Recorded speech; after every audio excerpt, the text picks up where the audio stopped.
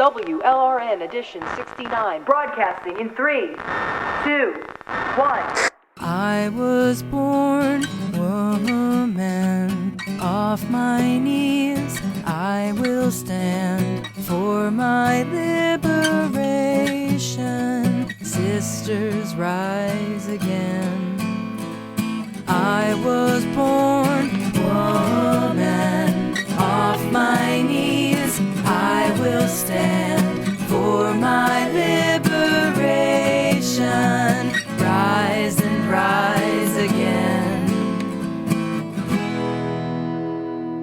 Greetings, and welcome to the 69th edition podcast of Women's Liberation Radio News for this Thursday, January 6th, 2022. Happy New Year, sisters!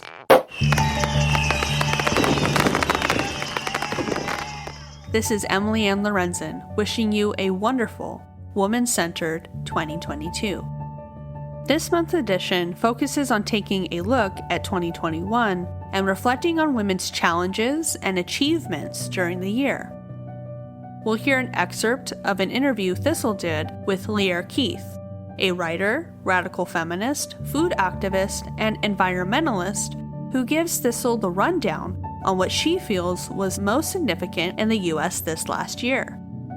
After talking with Lierre, Thistle spoke with Elizabeth Miller, editor of Spinning and Weaving, a feminist anthology for the 21st century. Elizabeth shares her take on the top stories of 2021, as well as giving us a list of things to look for in 2022. Stay tuned till the very end of the show for Sekhmet SheOwl's take on the women's movement in 2021 and her hopes and encouragements for 2022. The team at WLRN produces a monthly radio broadcast to break the sound barrier women are blocked by under the status quo rule of men. This blocking of women's discourse we see in all sectors of society, be they conservative, liberal, mainstream, progressive, or radical. The thread that runs through all of American politics, except for separatist feminism, is male dominance and entitlement in all spheres. To start off today's edition, here's Jennifer Bilek with her monthly report on the gender industry. Hi all, this is Jennifer Bilek reporting from the 11th Hour blog for Women's Liberation Radio News. Today I'd like to address the idea of acting more strategically in our fight against the gender industry. In the now famous book, The Art of War, the author Sun Tzu writes, "Victorious warriors win first and then go to war, while defeated warriors go to war first and then seek to win." Women fighting the gender industry have been too long in a defensive position. We've been reacting far more than we have acted deliberately. Not enough of us sit around and strategize effective tactics to win the broader fight we're in, which is literally for the protection of the boundary of our female bodies, not just our rights or our spaces. Fighting from a human rights framework sets our rights against the rights of a corporate illusion. There is no such thing as transgender people. Transgender is an ad campaign, selling us the normalization of body dissociation for profit and social engineering. Many groups fighting the gender industry are still platforming people who appropriate the body of the opposite sex and positioning them as allies within their organizations. Appropriating the body of the opposite sex is the pinnacle of sexual objectification, which women have been fighting against for generations. This is a bad tactic for many reasons, not least of which is sending an incoherent double message. People fighting the gender industry often lapse into using the language used by our opponents to deconstruct sex. We say transgender athletes, trans-identifying people, transphobic, when the word transgender is meaningless because it has no stable boundaries. Instead of reframing questions asked of us in interviews or outright rejection of invented words, we answer the questions asked of us, which solidify the corporate illusion being thrust on everyone that there is a subcategory of humans that are not male or female. Instead of listing men's greater physical strength when discussing the issue of men and women's sports, which everyone is already aware of, we might ask, who decided on these changes and why? Why are societies across the world rapidly being changed for a small part of the population who manipulate their sex characteristics with drugs and surgeries? Who is funding these changes, and why? Tying the decimation of women's rights to industrial profit can help others understand what is happening. It puts our opponents on the defense, forced to explain the profiteering instead of us explaining why women's rights are important. It is important for all of us fighting the gender industry to ask the right questions instead of answering the wrong ones. This is a skill that takes considered planning. How will we get around using the terms set by our opponents? How will we trip them up? What will force them to engage on our terms instead of allowing ourselves to be led into unproductive conversations? This is what Sun Tzu meant when he wrote, "Victorious warriors win first and then go to war." While rights being stripped away are certainly worth getting back, putting them into a broader context would have the greatest impact. Our spaces and our rights are being taken for a reason. Human reproduction, which is predominantly women's role, is being colonized by the corporate state for profit, positioned for a takeover by technology, a means towards engineering humanity to a position that is beyond what is human. Humans at root are a sexually dimorphic species. The bigger picture of profiteering will help engage the broader populace, bringing more people into the fight for reality. When people realize fully what is at stake, that this fight is not about some marginalized group of people, but about the deconstruction of human sex, they will organize and act, and we will win. Thank you for listening. This has been a special report for Women's Liberation Radio News from the 11th Hour blog. Thanks, Jen. Next, we turn to the World News segment for this Thursday, January 6th, 2022, with yours truly.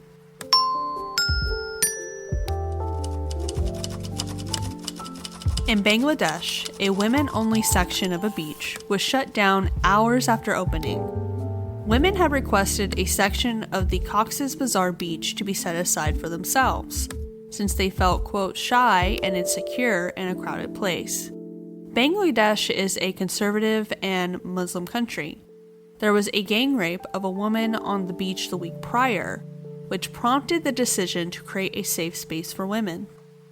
This decision faced backlash on social media, with users calling the sex-segregated space Talabistan, referring to the Taliban in Afghanistan.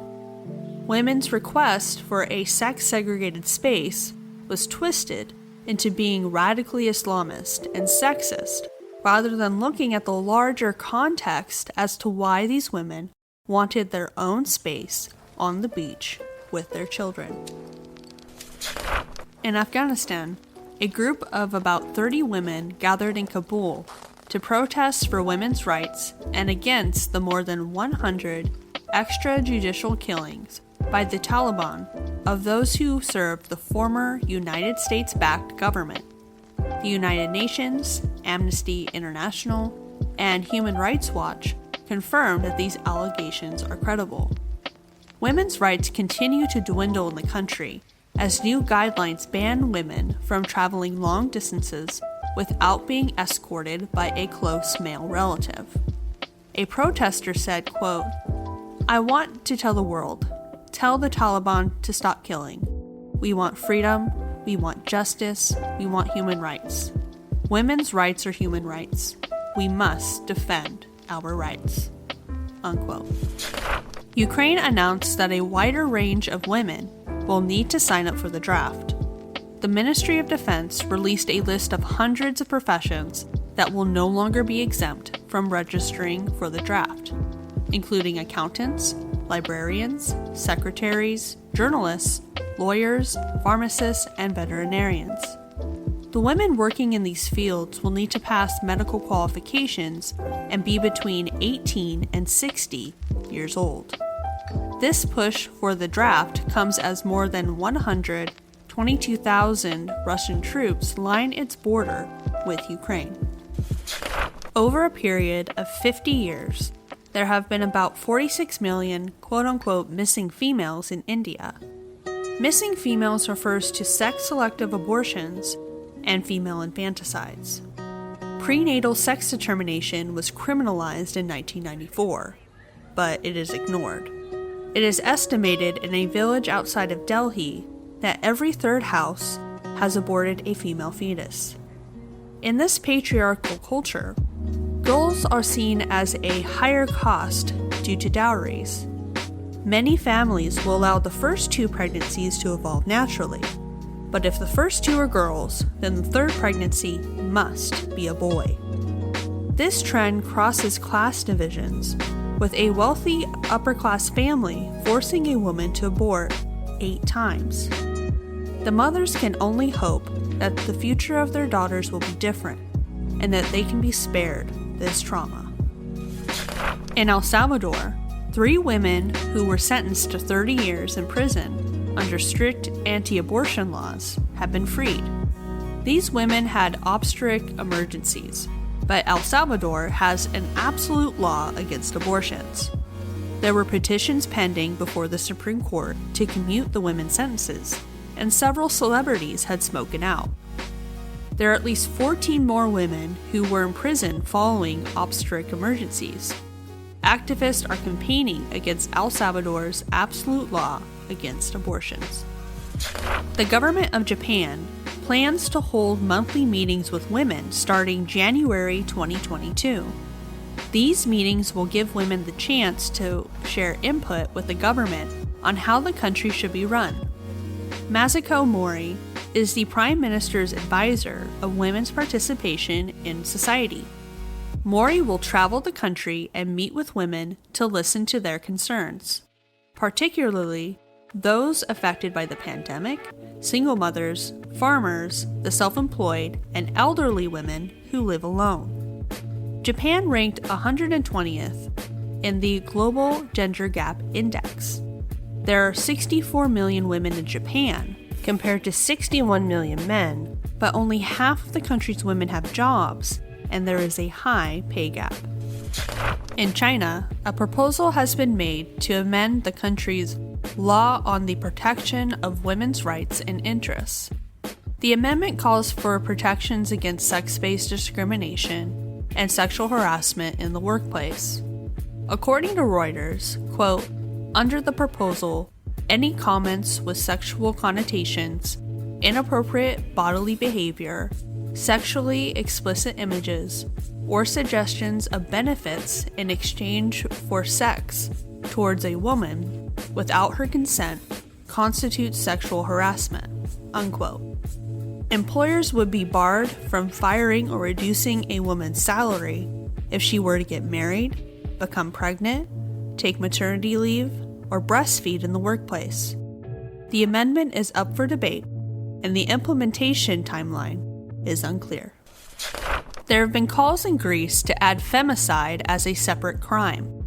In December, 2 women were murdered by their husbands within 5 days of each other, bringing the death toll to 17 women since January 2021. Police narrowly prevented an 18th woman from being killed by her husband when officers broke down the door to a scene of the man holding a knife to the woman's throat. Recent changes to the penal code forbid men to receive lighter sentences by claiming the murder was done as a quote-unquote crime of passion. A spokesperson for Human Rights and Equality said, quote, femicide has to be recognized as a term and as a crime. We have tabled proposals twice in Parliament, but the government simply refuses to discuss it, unquote.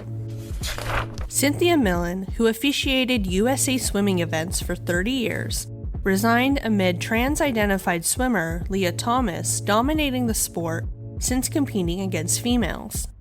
He has broken records since joining the University of Pennsylvania team, and in one race, he finished 38 seconds ahead of the nearest competitor. And he has qualified for the NCAA championships. In Millen's resignation letter, she wrote, quote, I told my fellow officials that I can no longer participate in a sport which allows biological men to compete against women. Everything fair about swimming is being destroyed, unquote. Hall of Fame swimming coach Dave Salo has also spoken about the policies the NCAA and the International Olympic Committee have implemented regarding trans-identified athletes. He said that they, quote, compromise all the work that has been done by women athletes, unquote. Former NCAA champion Jerry Shantou has also spoken out about this issue, and this is what she had to say. Yes, absolutely. But we live in a culture where people are scared. The cancel culture, people lose their livelihoods. The UPenn women did write a letter, and they had to be anonymous because it's scary for them. And what they're risking is their entire livelihoods thereafter. It's people like me who hopefully start a trend to encourage more people to speak up. Anybody that can do anything, this affects all of us. We have mothers and daughters and sisters and aunts. This is a women's issue. If you care about women, you should care about this cause. And unfortunately, it's really hard for everyone to speak out right now, and I actually have empathy for their position. I take great responsibility in trying to speak up and do something, and hopefully there will be a wave thereafter. In early December, Mary Jo Walters, gender-critical parent of 3 middle and high school-age children, enrolled in the public schools in Madison, Wisconsin, ran for an empty school board seat and was unopposed, until trans activists sounded the alarm in the Madison community, and another candidate stepped forward who identifies as trans or non-binary. Walters stayed in the race for a week and a half before trans activist slander, threats, and pressure became too great and she was forced to drop out, quote, for the sake of my kids, unquote. Here's a statement WLRN's Thistle Pedersen was able to capture at a recent visit with Miss Walters in Madison. I'm Mary Jo Walters, and I did run for a school board seat for a brief week and a half in Madison, Wisconsin, and it was actually a lot of fun to run around in public gathering signatures and voice my opinions through social media and in the news media. It was fun throughout until my children said no more, so I had to stop running. But the points I wanted to make to your audience are the fact that this run came post-Loudon, and it was the first time in Madison, Wisconsin that the sound barrier on this subject was broke. And my hope is that conversations happened in people's homes about teaching trans to children as young as 6 in the Madison schools. My hope is that conversations started to happen around if that was a good thing or not. Because what happened in Madison, Wisconsin is that I call it teaching trans happened in 2015 with no conversation at all with the community. And so I was seen as an anti-trans candidate. And as I ran, I was unopposed for a week. And then the trans activists found a trans person that decided to run against me. So there was a little bit of competition, and again, it made the news media. I am encouraging women to run before it's made a hate crime to do so. On December 16th, Anna Slatz, a 4W pub author and self-professed Canadian curmudgeon, received a heavily redacted gender-based analysis, or GBA, of the controversial Bill C-16, otherwise known as the Transgender Rights Bill. Anna had submitted the Access to Information request with the Government of Canada nearly a year ago and was specifically interested in the sections pertaining to rights of female inmates. Upwards of 90% of the GBA was fully redacted, leaving only bits and pieces on a couple of pages capable of actually being read. Point 9 under the section entitled Rationale described gender identity as the, quote, deeply felt experience of being a woman or a man, or both, or neither, unquote. It further adds that gender identity is a, quote, subjective experience and is separate from anatomical and biological characteristics, which determines one's objective sex as female or male, unquote. Pages 1 through 6, 8 and 10, and 12 through the end of the GBA were all redacted in their entirety. That concludes WLRN's World News segment for Thursday, January 6, 2022. I'm Emiliann Lorenzen. Share your news stories, announcements, and tips with us by emailing info@womensliberationradionews.com and let us know what's going on.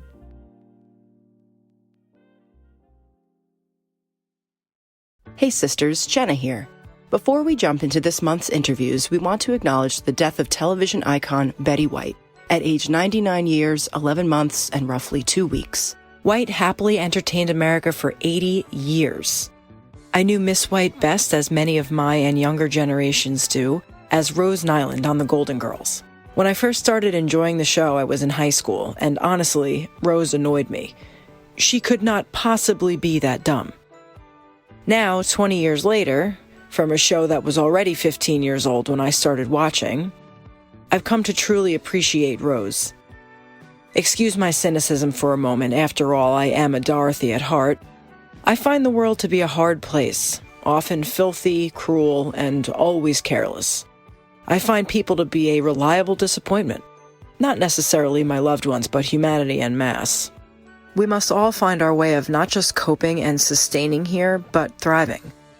I know Betty White was not literally Rose, but the kindness and generosity she exhibited throughout her life seems to me to be an overlap. The sunshine Betty White radiated, not just in her old age, once all the dues were paid and the work was by and large done, but throughout her life and career is, in my opinion, the key to a happy and fulfilled life. Extend people the benefit of the doubt. Fight for the voiceless. Have some humility. Don't be so self-righteous. Be ever grateful. Stay positive and keep your face toward the light.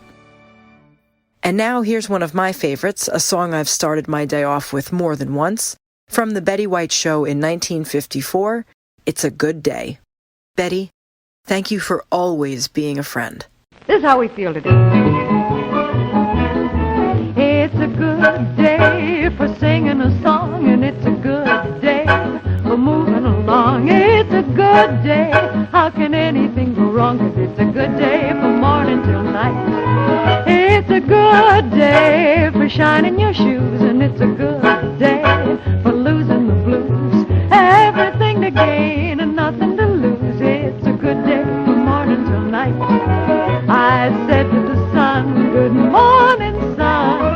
Rise and shine today. Oh, you gotta get going if you're gonna make a showing, and you've got the right away. It's a good day for curing your ills, and it's a good day for paying your bills. So take a deep breath and throw away your pills, 'cause it's a good day from morning till night.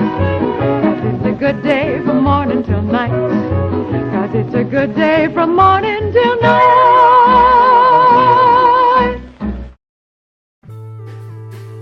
Now we'll hear excerpts of an interview Thistle did with Lierre Keith, urban farmer, writer, and radical feminist who lives in the Pacific Northwest. In this clip, you'll hear Lierre's take on the top events and stories in the U.S. from 2021. The first thing is, I'll start in the United States because that's where I live. So we got the good and the bad. And even in each story, there's good and bad, right? Because the first good thing I thought of was, well, we got Kamala Harris as our vice president, and we've never had a woman. And we've never had a woman who was, South Asian and African-American or a Black American background before. And this is, we can be cynical about politics and bring our adult minds to this, but I want to be mindful of all the children that are affected by these things, that it really means something different when you're 5 years old and when you're 10 years old. You know, the people that you see in positions of power, your framework, your myth that you're going to live your life by is still being written, it's being formed when you're that age. And that's what this is for, I think. This is like the good part, right? This is why I think this is a good thing. And we can talk about the cynical part later, but to look at it from a child's eyes, it makes a huge difference that there's this woman is the second most powerful woman in the country and one of the most powerful people in the world. And there are children who need to see that, you know? And I am reminded of so much from my own girlhood. You know, I was born in 1964. I'm 57 years old. And there was so much great feminist stuff just percolating, you know, when I was growing up in the, you know, into the 70s. And I'm going to tell a story here. So I'm old enough that I remember Billie Jean King. And I don't know whether you do, Thistle, you're a little younger than me, but Billie Jean King is this incredible tennis star who basically came out of nowhere and really changed the course of women's sports because she was such a powerhouse. She won Wimbledon at age 17, and she went on to win Wimbledon 20 more times. That's how good of a tennis player she was. And she broke all kinds of records and then all kinds of barriers that were in the way of women's sports and really advocated for women in sports. Like, we would not be where we are in terms of women's sports if it hadn't been for her. She was absolutely the spearhead of this. And in 1973, she was challenged to a duel publicly by Bobby Riggs, who was an aging tennis star. He was 55, I think, at the time. So he was well on the downslope of his career as an athlete, right? And she took him on. She said, I'll do it. And it was very public. The whole thing, it was on national television. 50 million people watched it from their living rooms. And I was one. And I was, I think, 9 years old that year. And I remember sitting there, my mom on one side and my little sister on the other side. And we were just like, you have to win. You have to win. Billie Jean, please, please, for all womankind, you have to beat his ass. And she did. She creamed him. It was just no contest at all because she was at the peak of her athletic abilities and he was basically old. What was her age at the time? She was in her 20s. And he was 55. Okay. So, you know. And he challenged her? He challenged her very publicly because he said, he was very public. He was, quote, a male chauvinist pig. Women had no place in sports. They should stay in the kitchen and bake cookies. And it was ridiculous that women thought they could do sports. And that was his perspective. And he was very, you know, out about it. And he wasn't going to back down. So he was like, I'll take anyone, I'll beat you. I don't care who you are. And she rose to the challenge. And it was like a terrifying hour watching that match go on. I was like, please don't let her lose. Like, all of womankind's going to collapse if she loses. Like, so much was riding on that because I was 9 years old and it really, really mattered. And then she did it. And I'm telling you, the next day I held my head higher on the way to school. So that was me. But I have a friend who's exactly my age, and her name is Ellie. And she grew up in Southern Illinois in this tiny little rural town. And she had the exact same experience, sitting there on that couch with her mom going, beat him, please. She has to win. And then she won. And the next day she went to school. She didn't just have her head held high. She did something else. At her school, there were 2 football fields and a basketball court and then another play field for the boys. So they had like acres to roam upon outside the school during lunch break. And the girls had, I'm not exaggerating, they had a tiny little apron of asphalt right up next to the school door where they could play jump rope if they felt like it and make sure nobody sees your underwear. That's what the girls had in 1973. So those of you who are, you know, half my age, that's what it was like in my lifetime. That's what it was like. So she looked at this. Billie Jean King had just won and proved that women could be athletes. And she said, I've had it. She was 9 years old. And she hooked arms with her 2 best friends. And they walked out into the middle of the field where the boys were playing. And they sat down. They did a sit-in. They were 9 years old. Oh, that's awesome. It's great. They were dragged off to the principal's office. And it took 2 hours. The principal called the school superintendent. The superintendent called the lawyer for the school. All these phone calls get, you know, further and further up this hierarchy, up the chain of command. And it finally ends at literally the Attorney General of the state of Illinois, who tells the rural principal, there's this thing called Title IX that passed last year. It's not legal what you're doing. The girls are allowed to go anywhere they want. And the next day, free roaming girls. And they were allowed to play on those fields. And my little friend, 9 years old, did that. And she did that because of Billie Jean King. I love that. No, I can tell you there were girls who did something on the day that she was sworn into office, because you see what's possible. And we have to remember that. As cynical as we are, as much as we know that politics is just a game for the wealthy and all the things we know that are wrong, there are children watching, there are little girls watching, and they know that this matters, right? And some of those girls did something that day. I don't know what, we're not going to hear about it for a decade or two, but I can tell you they did something, because that happened in my life. It happened in their lives. So I'm, whatever. I wish I could have celebrated more when she got elected vice president, because I knew it was coming, but I did celebrate that part of it because it was pretty cool. And then I don't know if you watched it, but there was that young poet, Amanda Gorman, this amazing, I think she's 22 years old, this young Black woman who stole the show completely. I'm sure you can watch it on YouTube, but she did an incredible poem. Oh, I was in tears by the end of it. So it was just a great day for that. So, and then we know what happened. 4 hours after Biden took office, he signed his executive order. So here comes the bad part. He signed the executive order that said that all of the federal agencies had to treat sex as if it's gender identity. So he erased women as a legal class and said that any man who calls himself a woman gets to be a woman. So this applies to schools. It applies to colleges and universities, anybody who takes federal funds, housing and urban development. So battered women, homeless women. It applies to the Federal Bureau of Prisons. So that's it, all the prisons. So now you're talking about some of the most vulnerable women and girls in the world. You've got, little girls in school. They have no choice but to be there. And now we're putting boys in their bathrooms and their locker rooms. We've got prisons. So we know the women who end up in prison. We know the kind of lives they've had. The vast majority of them are survivors of battering, rape, incest, all of it, prostitution, drugs, incredibly vulnerable people. And now they have to share their cells with men. And we know how well that's not going. I'll talk about that later. And then, of course, you've got the homeless women and women who need better women's shelters. And they also have no safety now. So that's what Biden did. 4 hours into his presidency, that's what he did. Lierre, can I ask you a question? I know you're not a lawyer, but an executive order on the first day of one's presidency is not the law of the land, right? It's just like a suggestion. So it's not, it's not the law particularly, but it does carry a lot of legal weight. It's not illegal for them to do it. I mean, they've been doing executive orders for 100 years, and the Supreme Court does rule that they're basically okay. You can do this. It does not have the force of an actual law, but generally speaking, the federal agencies follow executive orders. That's usually how it's done. The president does have that power. Oh gosh! Before you get into these, arguments about quote executive overreach, because it's used very politically. And so when the Republicans do it, the Democrats have a fit. And when the Democrats do it, the Republicans get angry. And no matter what they do, a lot of women get angry because both sides hate us. Yeah. But, this is a constant thing in politics. It's not even nothing to do with this particular issue, which I know both you and I have a lot of energy about. But this is a constant thing. Like, where's the boundary? We have 3 branches of government. It was set up that way for a reason, the checks and balances, right? We all learned about this in school. And the executive office they're supposed to be balanced by Congress and the Supreme Court.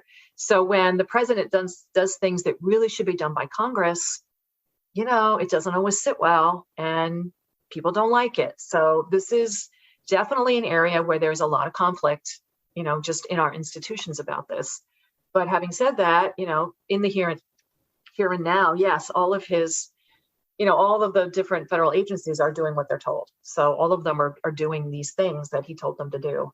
And it's not working out well for women. So, that was the depressing part about that election cycle, was knowing that I really wanted to celebrate that we had this great woman as our VP finally, but I couldn't really because I knew what was coming. So it was very bittersweet for me to get this far and then realize it was just going to be a disaster for women no matter what happened.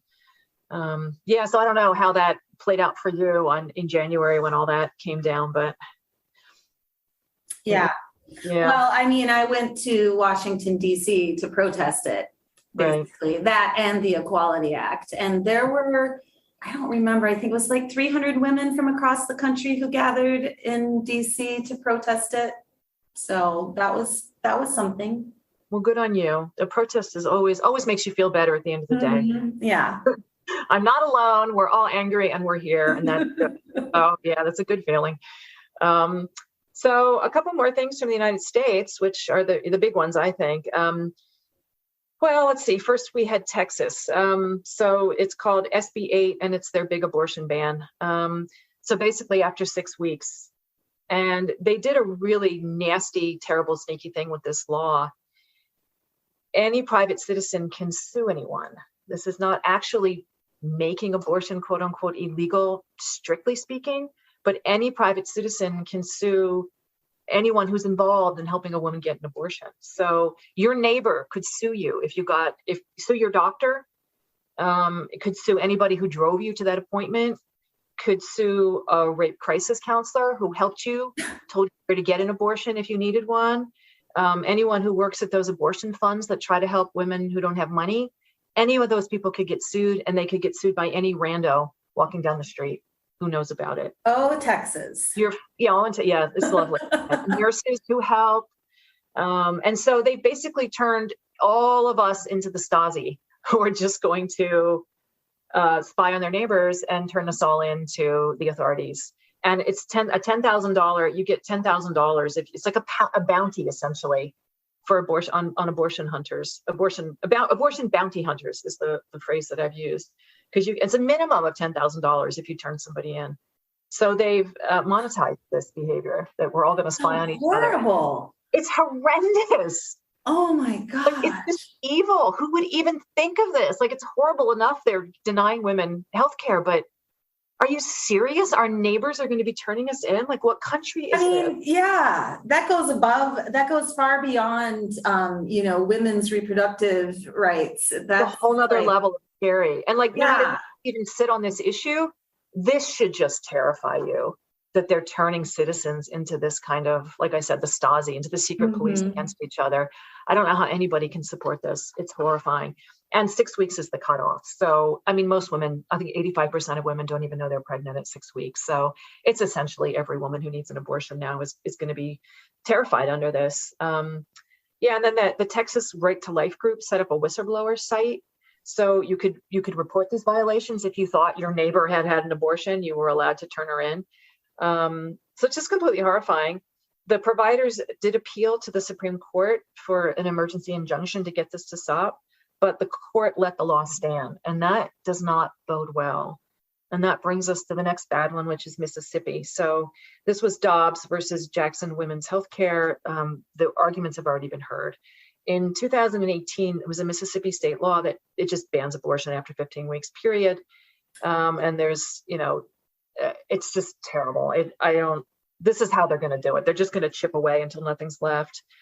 And the oral arguments were heard on December 6th. I know a lot of feminists went and protested.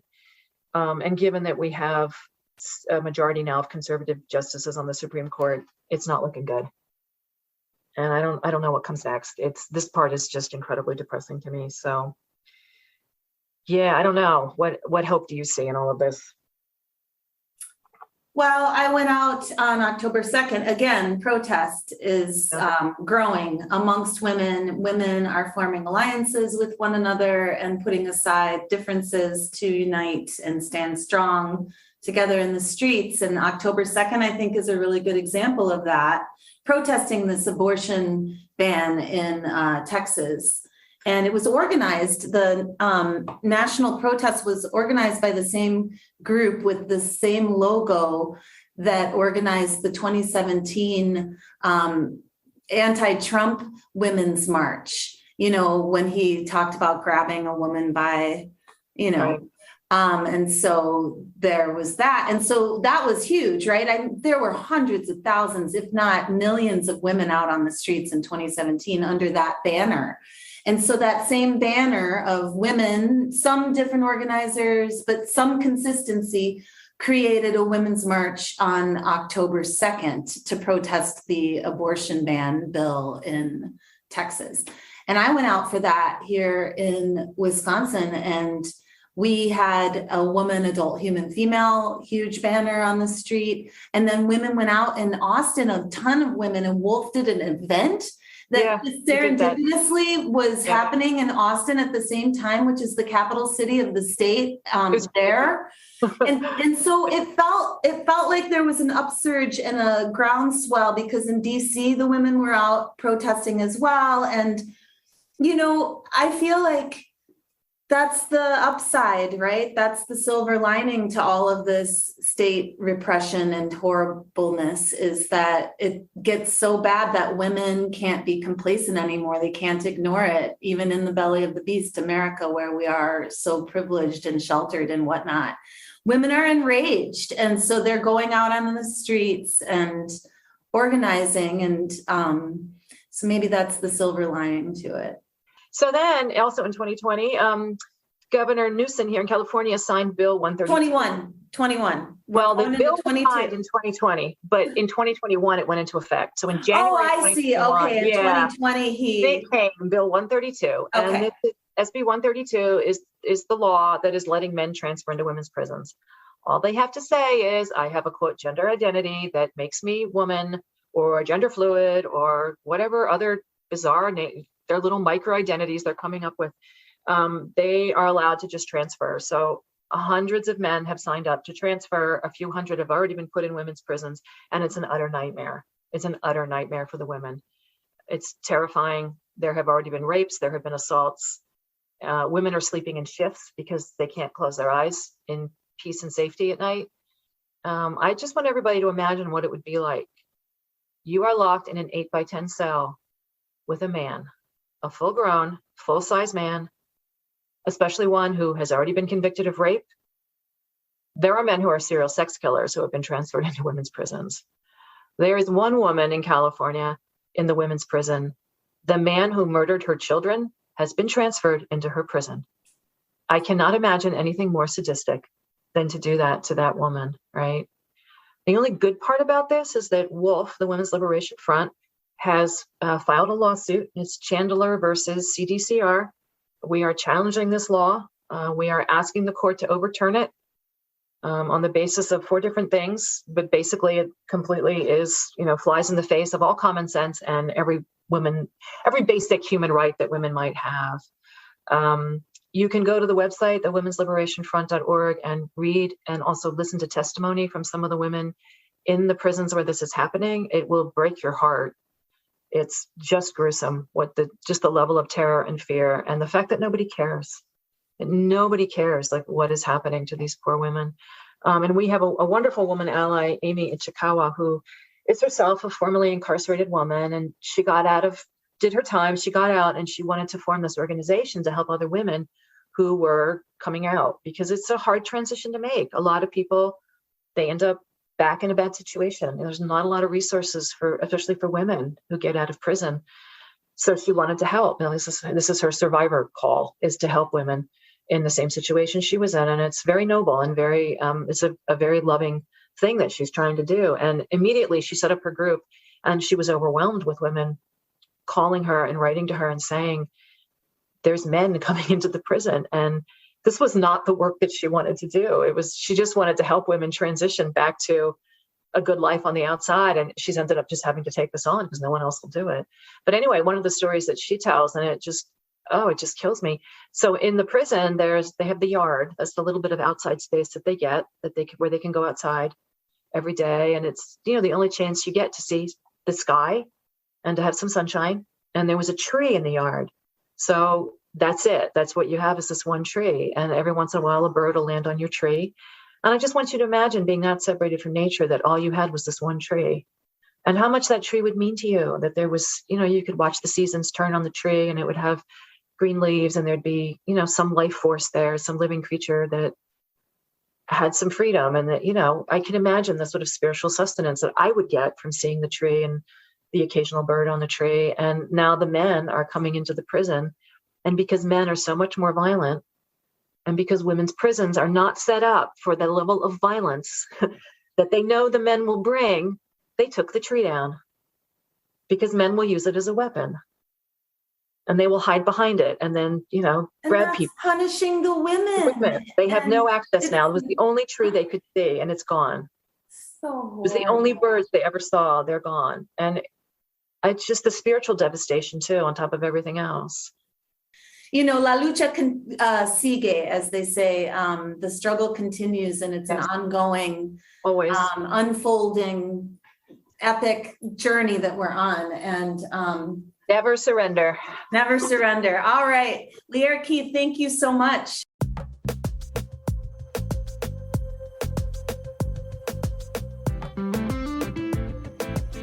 This is Joe Brew, and you are listening to WLRN.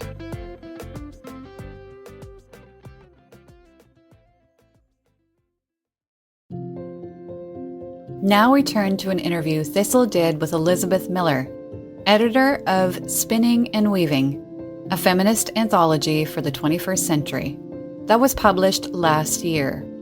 Miss Miller is also a founding member of the Chicago Feminist Salon, a group of women in the Chicago area who meet monthly to perform for each other, discuss feminist organizing, and build sisterhood in the Midwest. Elizabeth talks with Thistle about what she sees as the top feminist stories of 21, but she also lets us know what she thinks is important to work on in 22. I feel like the feminist world right now feels like a pendulum swinging back and forth, where we make gains, but there's also setbacks, and women continue to be under siege from both the left and the right.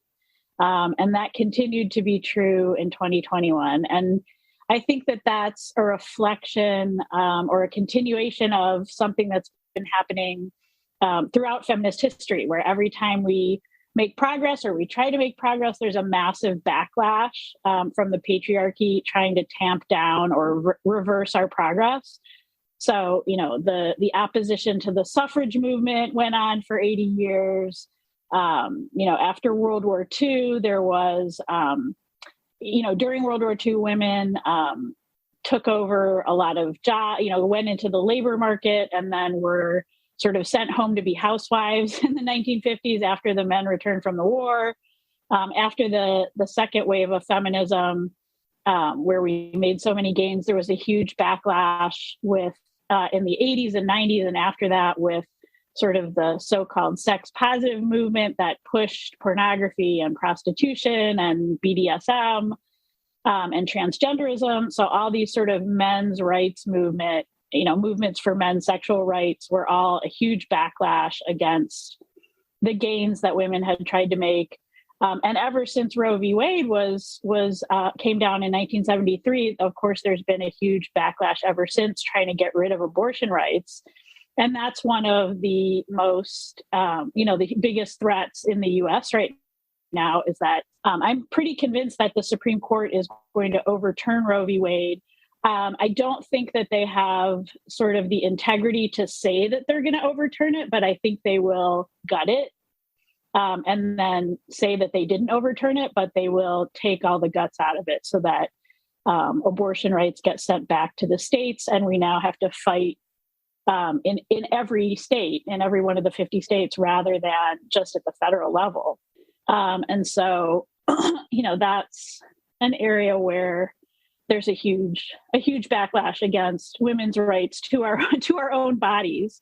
And it's interesting to me how many of the men's rights movements are movements against women's right to control our own bodies. I mean, the pushing of total decriminalization of prostitution, which there's a movement for that, in many U.S. states. The movement to continue to build the pornography industry, the transgender movement that's trying to completely erase the legal existence of women and the ability to even state that there are any sex-based rights in the law, and instead to replace the word sex with gender identity and sex stereotypes, so that rights are given on the basis of gender identity and sex stereotypes rather than on the basis of sex. That's a huge movement in U.S. law now. The Supreme Court started going down that road a couple of years ago. Congress, has been, the Equality Act has been in front of Congress, and it's now thankfully stalled in the Senate, which is all the more depressing because the Equality Act is a really excellent act accept that it destroys women's rights. It's an act that we've been trying to pass in the US for decades to protect the rights of lesbian and gay people and gender nonconforming people. But now the transgender movement has hijacked it and, written it in a way where it would remove sex as a legally existing category in US law and replace it again with gender identity and sex stereotypes, which makes the bill into a men's rights bill, basically. And then Biden, of course, on his very first day in office in 2021, within about 5 hours of becoming president, issued an executive order demanding or instructing all federal agencies to review all of their regulations and policies and make them consistent with the idea of or to make them give rights again on the basis of so-called gender identity and sex stereotypes rather than biological sex, which is the only real thing, the basis on which women have been oppressed for thousands of years, and the basis on which we very gradually managed to wrest some rights from the hands of the patriarchy over the last 100 years. That's now being completely reversed and erased in federal law. So that's sort of a long-winded, I guess, starting point for talking about what's happening in the US. And now in Afghanistan, women, since the Taliban has taken over, women have been forbidden to go to school, to go to university, to work, to drive, to leave the home. Right. Because, they're done because men think that women are inferior, but even more basic than that, they're done so that men can control women and so that men can keep all of the resources of society for themselves. And are there any good stories from 21? Some of the trends that I see or saw happening in 2021 are, for one thing, just women and men speaking up more, people becoming, I definitely noticed less fear among the public in speaking out. So just on social media and in the public square, I've noticed that people are getting much more likely to state that the emperor has no clothes. Do you think that could be related to J.K. Rowling and how she's come out?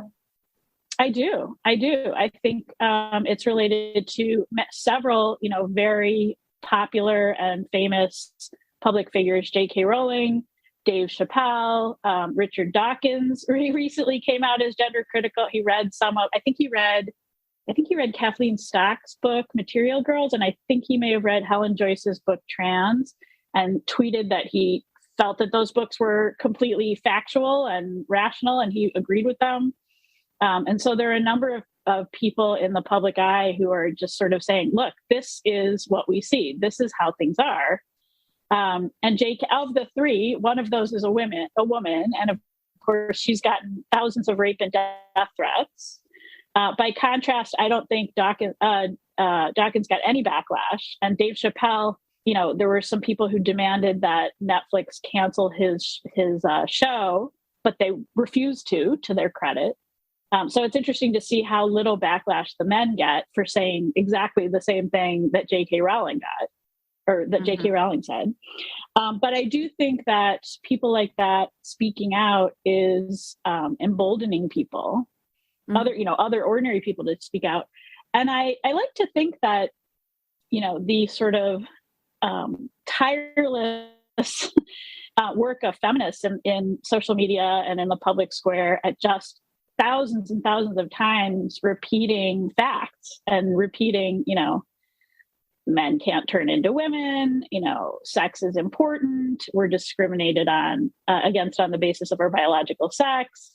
It's not fair for a swimmer who is, a foot taller than women to compete against women, that when feminists... a foot taller and male. And male, right. A foot taller and male, right. So he has male bone structure. Men's hearts can process oxygen much more efficiently than women's into the blood. There's just so many differences. Have you ever seen Michael Phelps in a pool? He's enormous. Like his body length is, about a third of the length of the pool. That's what male swimmers are like, including this Leah Thomas person who's being allowed to compete against female swimmers and, beating them in races by 38 seconds. And I think a lot of people are seeing how unfair that is and how Orwellian and dystopian and just absurd it is. And so I do see a lot more people speaking out. I see a lot more news reporting starting to happen. A few mainstream news outlets are actually reporting accurately on what's happening. I'm looking at my notes, and a couple of examples I wrote down were that in May, CBS aired a 60 Minutes episode on detransition, featuring detransitioners speaking out about how terrible their experience was with the medical industry, being, encouraged to mutilate themselves and take cross-sex hormones, and how, just how bad that was for their bodies and their mental health. And 60 Minutes aired, a fairly even-handed piece about that. I also noticed the other day, the Daily Mail wrote this very long article that was very factual and detailed about Angela Wild, who has the Wild Woman Workshop, where she sells feminist T-shirts and stickers and mugs and things. And the headline of the article was "Businesswoman who designs feminist T-shirts receives death threats." And it was a long article that accurately reported the facts that she makes this feminist merchandise, that she gets constant death threats. And I also noticed that the article used correct language like feminist and lesbian and didn't call her a TERF. So that was heartening. I also noticed that many, many new gender critical and radical feminist organizations are forming. So many that it's hard to keep track. But there's organizations there's a lot of specialized organizations that are doing things like, there's one that tracks all the clinics in the US, or maybe even in the world, that do transitioning of children. There's others that focus on helping parents of children who are transitioning. There are some that are focused on protecting women in prison who are being forced to be housed, locked into cells, very small prison cells with men who claim that they're women. And by the way, I saw an article come out today that there was a study recently published that many men who identify as women in order to get transferred to women's prisons, that as soon as they finish their sentences and leave prison, they stop identifying as women. There was actually a study in an academic journal that came out recently that showed that. Wow. And then it's been going on long enough for them to do a study like that is just, because I know in 2021, Wolf filed a lawsuit in California against the state of California Department of Corrections, which to me, that's kind of a big story. I don't think the mainstream media has really picked it up, but that seems like an important thing to do, to have a legal battle about men being transferred into women's prisons, because I know in the state of California, any man in the prison system can just self-identify as a woman, and they've transferred hundreds since, in 2021, they transferred hundreds of male prisoners into women's prisons. Right. And they're also, I believe they're handing out condoms now in the women's prisons, and there have been rapes, and the women are just terrified. I mean, there's been reporting where they say, we're absolutely terrified. These men are, being predatorial towards us. They're attacking us, and they want to be protected against this. And then the Radical Notion, which is a great feminist journal published in the UK, but it publishes from people all over the world. Their fall 2021 issue included a lot of pieces that focused on the situation in the US regarding the trans movement's incursions on women's rights. So there were several articles that analyzed the erasure of women in the law, in the United States law, through the Equality Act and Biden's executive orders, and Supreme Court decisions. And then there were some roundtable interviews in that issue of women talking about grassroots feminist organizing in the US. So I thought that was a really great issue of Elizabeth the radical Hungerford notion. had a piece in that, radical she did. notions. Yeah. So yeah, there's been a proliferation in 2021 of radical feminist books and literature and articles, for sure. Right, which I think is so important. And I see people recommending them on social media all the time in discussions. And so I think that those are bringing these issues to the attention of more and more members of the public, which is really good. The Chicago Public School District decided a month or so ago to make all bathrooms mixed sex.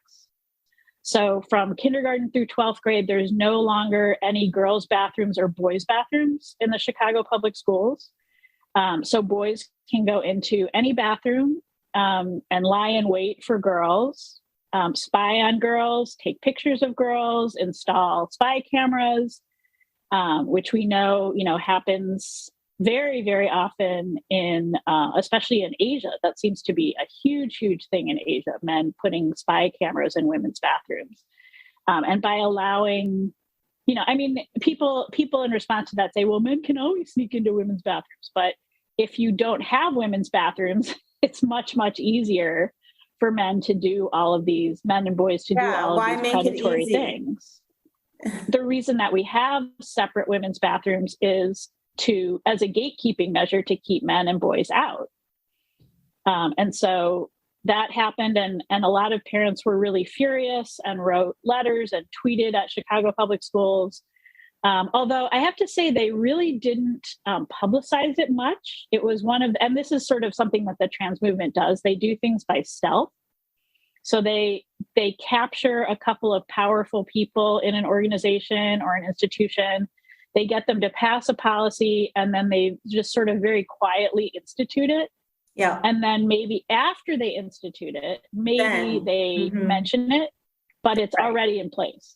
Yeah, that's happened in Madison as well in the public schools. So this is just really awful. And it's just very disturbing. I mean, it's incredibly disturbing to see rights that we fought for 100 years ago or 120 years ago. Having women's bathrooms is literally what made it possible for women to participate in the public sphere. Women used to be able to not leave their houses because there was nowhere for them to go to the bathroom. And so this is basically, it's not that different from what's happening in Afghanistan. Women are, slowly but surely being trapped in our houses by, the fact that we can't have any private spaces. I think another thing that's very important is organizing internationally. We need to do more to connect with feminists all around the world and to just let them know about the situations in our countries and find out about the situations in their countries and help each other as much as we can. One nice example of this is Phyllis Chesler, who's a feminist writer who's in her 80s now, I think, who actually lived in Afghanistan. She found out about the horrible things that were being done to women in Afghanistan, and especially anyone who had been any kind of a feminist organizer. They were being threatened and killed in some instances. And so she sort of single-handedly started a campaign to get a lot of these women out of Afghanistan, and got some lawyers to work with her, got a lot of money, got people to donate money, and got a number of women out. And so that's a great example of working internationally, to help other women. Social media is actually good for this. And I think, I'm in touch with feminist organizations all over the world just through social media. And so that's a way that we can organize together. I also think things like the International Philia Conference and the WHRC Weekly Feminist Question Time, which is now that we're in 2022, it's WDI, was Women's Declaration International. Yeah, right. They just changed their name to Women's Declaration International. And they have this weekly feminist question time where they have interviews with women feminists all over the world about the work that they're doing. I think that's a very important kind of initiative. And so I think we need to focus on our own efforts, our own organizing with each other. I think feminism needs to be more about building women's community and institutions for women. Building our own businesses, our own social media platforms, our own publications, our own communities, hiring each other, all of that kind of thing. Building women's community socially and economically and in every way. That should be our focus. Well, here, a cup of cheer to 2022. It's been wonderful to talk with you, Elizabeth. Thank you for giving your rundown. Thanks for having me, Thistle. It's always wonderful to talk to you.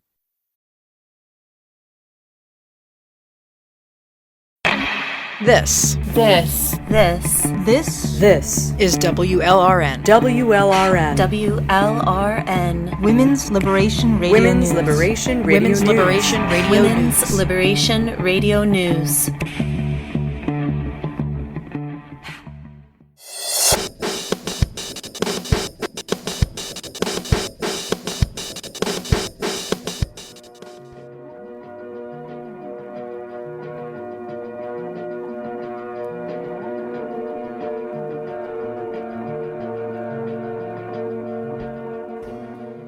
2021 was another eventful year for radical feminists and gender-critical women, both in the U.S. and around the world. Here are some highlights of their activism. Gender-critical feminist Jessica Gonzalez started the TERF Collective, a women's activist group based in the United States dedicated to fighting the transgender movement. Women in the TERF Collective carried out a nationwide campaign to raise female awareness of Target's gender identity-based bathroom policy. They planted thousands of flyers in Target stores all over the country, specifically in women's products, citing the fact that Target has seen a 190% increase in males sexually peeping on women in the women's bathroom since deciding to allow men who call themselves women to use the women's bathroom. TERF Collective has grown in size rapidly and has moved on to other paper protests, as Gonzalez calls them, creating stickers, flyers, and pamphlets designed to combat transgender ideology and distributing them in public spaces. WLRN's own Thistle Pedersen is a proud member of the TERF Collective. What these women are doing is a clever example of guerrilla consciousness raising. They're reaching women and girls in physical reality and making them more aware. Author J.K. Rowling continued to stand her ground on Twitter where biological sex versus gender identity is concerned. She spoke openly about the innumerable death, rape, and physical assault threats she's received from trans activists and their supporters, and also about a doxing incident she experienced at the hands of 3 TRAs who posted her home address and pictures of themselves outside the gate. She never once apologized for her defense of women's rights and continued to tweet about the threats to women's safety and boundaries that trans activism and gender identity laws pose.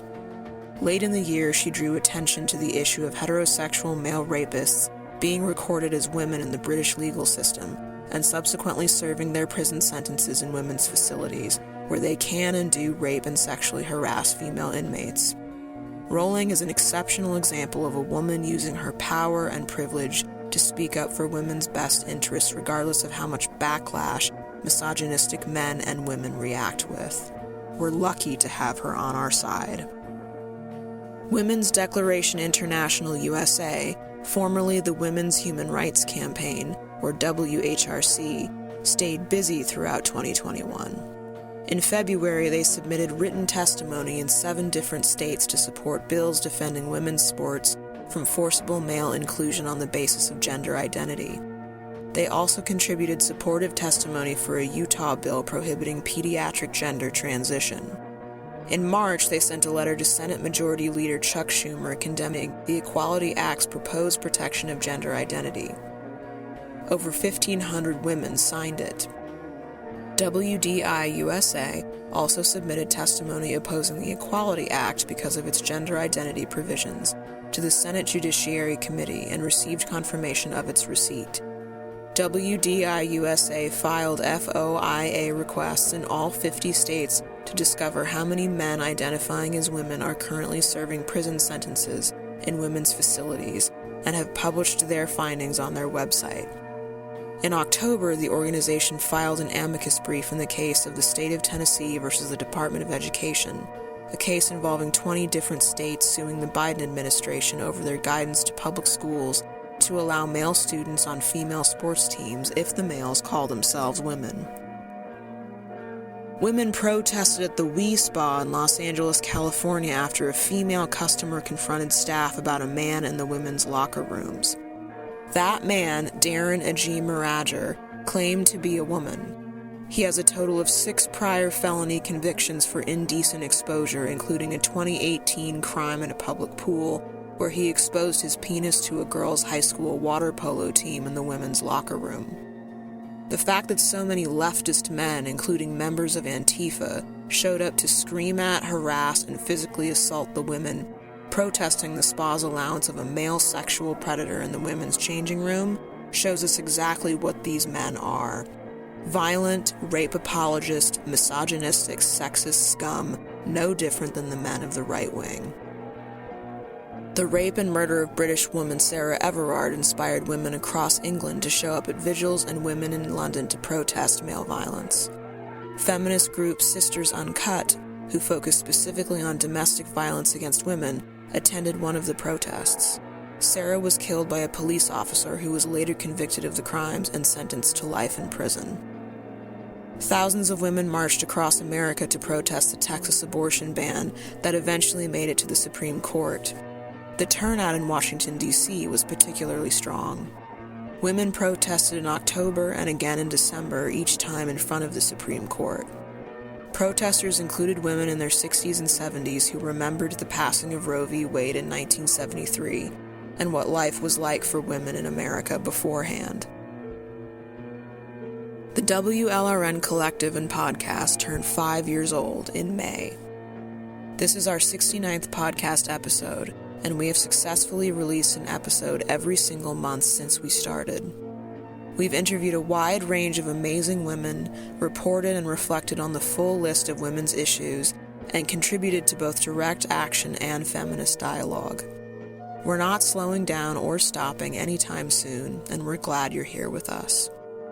On April 23rd of this year, WLRN will host a special in-person conversation amongst a handful of gender-critical and radical feminist women at the Madison Public Library in Madison, Wisconsin.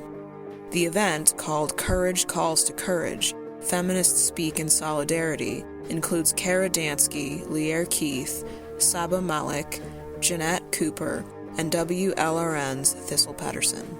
You can find more information about the event on our website and social media platforms. Tickets will become available soon. Here's to a radical 2022 that pushes feminism forward.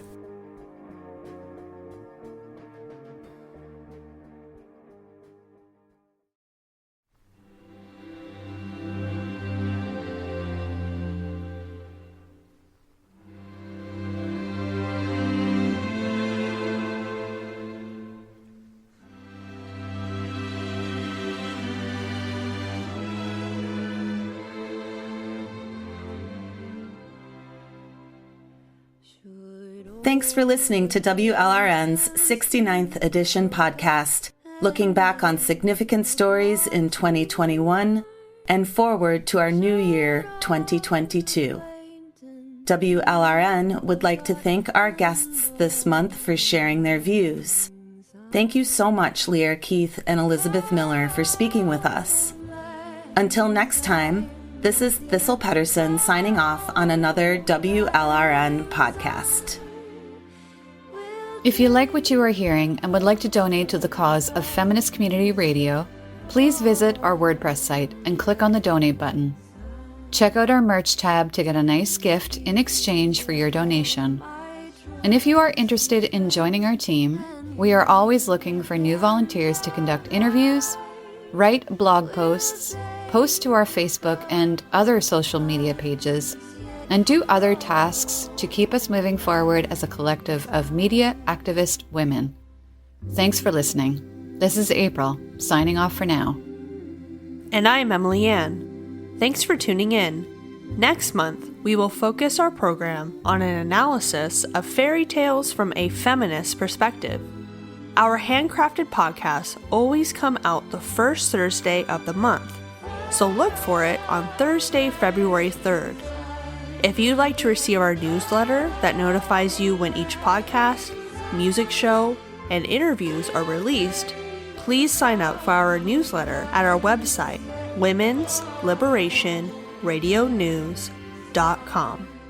Stay strong in the struggle, and thanks for listening.